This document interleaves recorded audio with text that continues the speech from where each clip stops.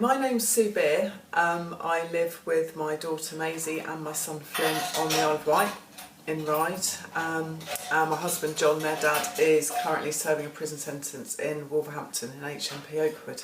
John Beer was convicted of drug smuggling in 2011 and he's serving a 24-year sentence. So we've been married since 1993, so that's 27 years this year.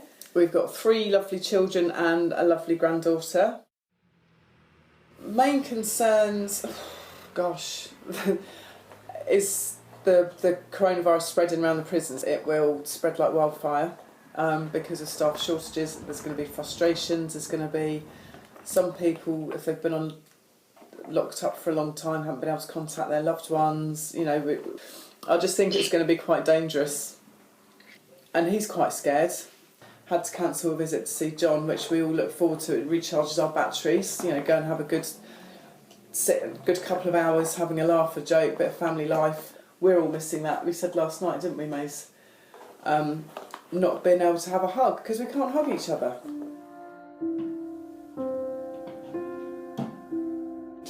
Saturday morning, early. Haven't heard from John yet this morning.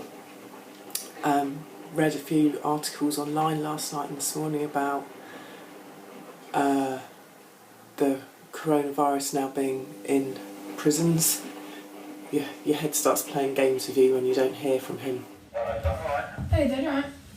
Yeah, I'm getting on, mate. Nothing much, just in self-isolation. There was talk in the news as well, because I've been looking at obviously all the news feeds and everything, of possibility of releasing people early if they've got not much more of their sentence to serve and stuff like that. Have you heard any rumours about that? No, none at all. I mean, obviously, I think it would be on a temporary basis, but yeah. It's out there in the media. Maybe it's been mentioned by someone. Yeah, well, I've not heard it, but I'll be very, very surprised if they let anybody out. Elizabeth Donoghue is serving a life sentence for the murder of her husband in 2004. That's the one from Elizabeth. She's my daughter, and that's been 16 years. Just on my own.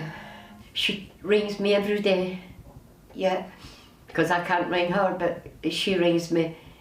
She worries about me. I said, no, I'll be all right, don't worry about me. I miss her so much. In 2014, Alex Henry was convicted of murder as a secondary party under the law of joint enterprise. He was sentenced to a minimum of 19 years in prison. Alex is autistic. That means that he's socially naive and he may not realise the devastation this virus pandemic could cause.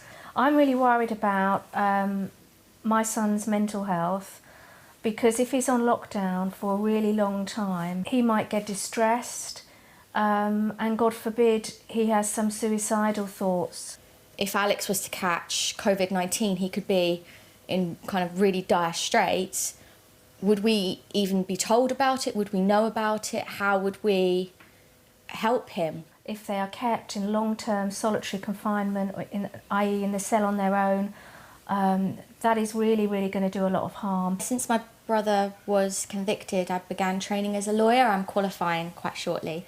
So I can not only see it from a relative's point of view, but also through my experience in practicing law.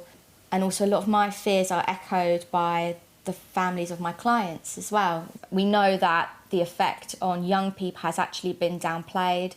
We also know that people in prison, they're susceptible to illnesses because they're not out in the population so much, that their antibodies are lower, their nutrition isn't as good as what people would have when they're able to buy it themselves on the outside. We've come out for a drive. Got a little bit bored, didn't we, kids? Stuck inside on a lovely bright day like today. It's blowing a hoolie out there and wind's bitterly cold, but it's just too nice to be sat indoors. So yeah, still self-isolating, but in a car, in the car. at the beach. See, we can still do this. Dad can't, can he? It's definitely a bit of an insight into life, isn't it? Yes. Life behind bars. You feel like you're a prisoner at home. Cheerful. Watching all the people but not being able to speak to any of them as well. Well, I'm just staying indoors as I can, you know, because I can't make an appointment, there's no visitors. She phoned last night and I went, is there any of that virus going about, you know, are you all right? Yeah, I'm all right. I says, be careful, keep washing your hands, and are they delivering stuff for you? She said, yeah, they're giving them stuff, so I said, so please be careful. I don't want to lose her.